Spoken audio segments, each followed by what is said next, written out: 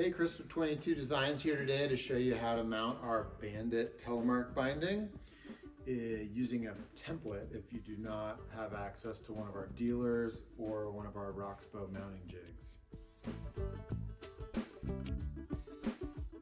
What you'll need is your Tele Boot, a drill, drill bit. You can use a 3.5 millimeter special ski stepped mounting bit if your ski does not have a metal top sheet, or 4.1 millimeter if it does have a metal top sheet. If you're using US size regular drill bits, that would be 9/64 for no metal or 5/32 with a metal top sheet. If your ski does have that metal top sheet, you'll want a number 12 AB ski tap. You can find that at Tognar Toolworks. Some waterproof wood glue, a number 3 posi driver, measuring tape, marker, your template. We have these plastic templates available for purchase on our website, or you can download a paper template. If you download the paper template, make sure to measure between the dots so that they are 1.5 inches exactly between the dots.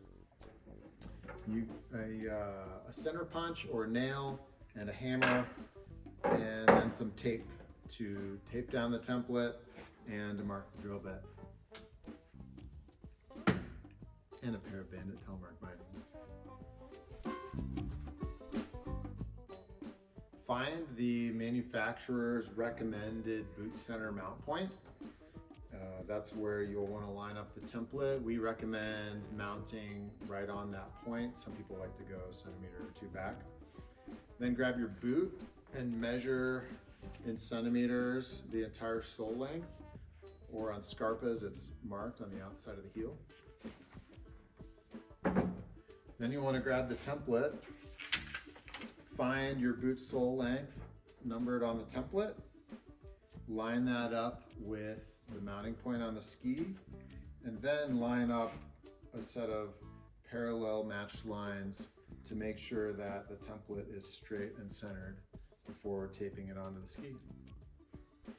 Grab your center punch or nail and hammer and go ahead and tap into the front 6 mounting holes so that you can drill nice and centered.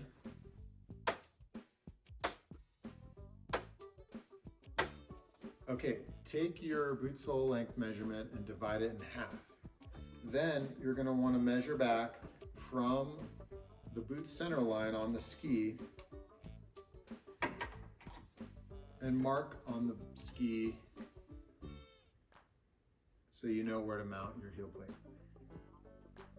Then move the template back with the back of boot heel line on the mark that you just made, and again centering the template with a set of matched parallel lines. Then go ahead and punch the 2 heel holes. With that done, you can take the template off and go ahead and drill.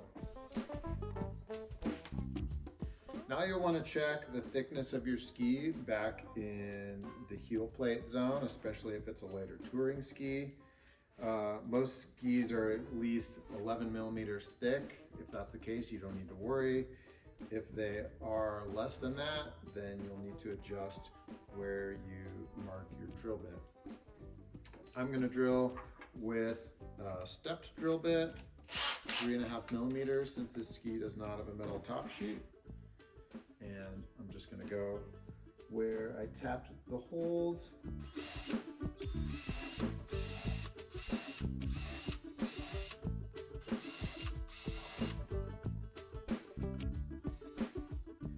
When you're done drilling, you want to clean out the sawdust and then go ahead and measure and drill your other ski. Now we're ready to open up our bandits. You'll have your 2 brakes, your 2 bindings,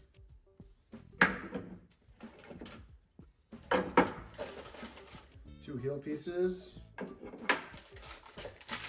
the binding pack, and the instructional poster.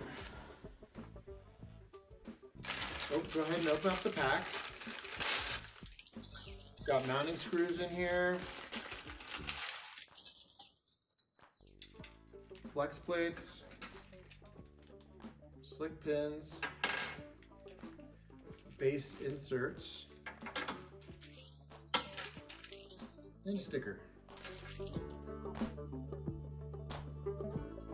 Getting the brakes in is kind of the crux of the job, and what you want to do is make sure that the brake spring rests flush on the front of the base insert there. So you can rotate the brakes down. It's easiest to put this on the edge of a table, and then you can pull back on the insert. Try to keep the insert as level as you can, and then the spring is properly inserted. You'll be ready to mount it. What can happen is if you put the insert in at too steep of an angle, the brake slides down to the bottom, and you can see how the spring is resting on the bottom of the insert there, which is not what you want to happen. If you go ahead and step in on that, it can actually bend the spring. Then you'll want to put your waterproof wood glue into the holes. You can put it right in there and make sure to get it down into the holes with a match or a toothpick, or I'm going to use a syringe.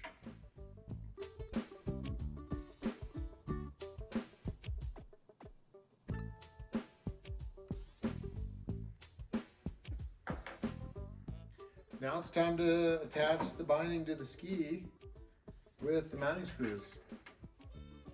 Grab some mounting screws, go ahead and put them into the holes in the base plate.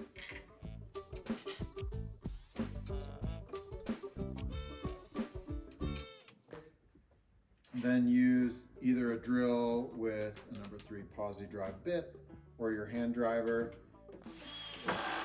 to go ahead and tighten the screws. Make sure your clutch is not set on too tight of a setting.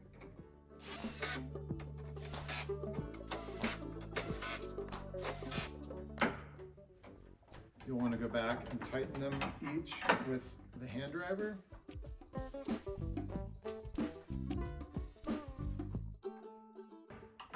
Then go back and tighten them all again. Then grab a heel plate and a couple of mounting screws. Go ahead and mount the heel plate.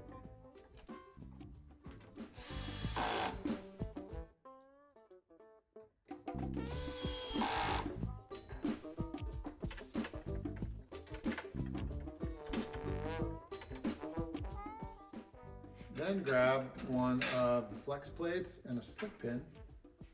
Set the flex plate in the middle of the toe piece and line up the side holes on the toe piece with the holes on the flex plate.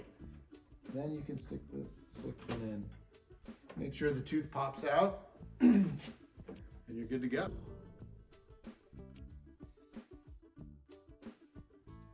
Next, mount your other ski, and if you have older Tele Boots, go ahead and put the boot into the binding. And what we want to do is check the spacer gap. The spacer gap is right here. This is the spacer on the slide wire. You want to make sure that there is a gap between this spacer and the back of the black slide block. If there's not a gap of at least 1 millimeter, you'll want to trim the tabs on the slide block with the utility knife. Once the glue's dry, you should be good to go. Do a little maintenance periodically. Check the mounting screws once or twice a year to make sure they're tight. You can also, if you notice any squeaking when you're lifting the heel or traversing, put a little silicone lubricant on the outside of the main spring. Doesn't hurt to put a little on the slide wires as well. Other than that, just make sure to keep the bindings clean when you're spring skiing. We have parts and accessories available on the website. If you're looking for a little bit stiffer or softer flex with the Bandits, we have stiffy and softy spring kits available. Also adjuster keys for the spring cap. That's it. Thanks for watching. Enjoy your Bandits.